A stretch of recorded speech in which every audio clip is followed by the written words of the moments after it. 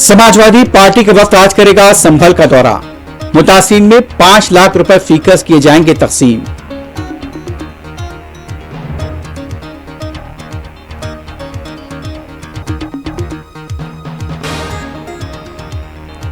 बिहार में तलवा पर हुई मुबैना लाठीचार्ज की मुख्तलिफ गोशियों से मजम्मत।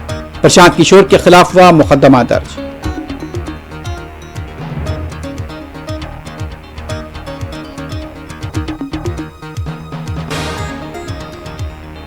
कश्मीर, दिल्ली, यूपी और राजस्थान में कड़ाके की सर्दी, दर्जे हरारत में नुमाया कमी।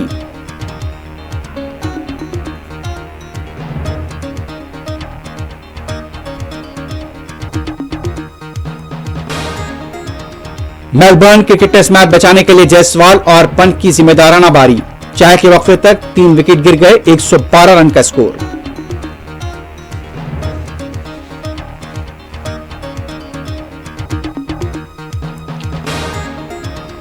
₹500 के लिए मजदूर ने कॉन्ट्रैक्टर का किया कत्ल। हैदराबाद के राजेंद्र नगर में वाकया।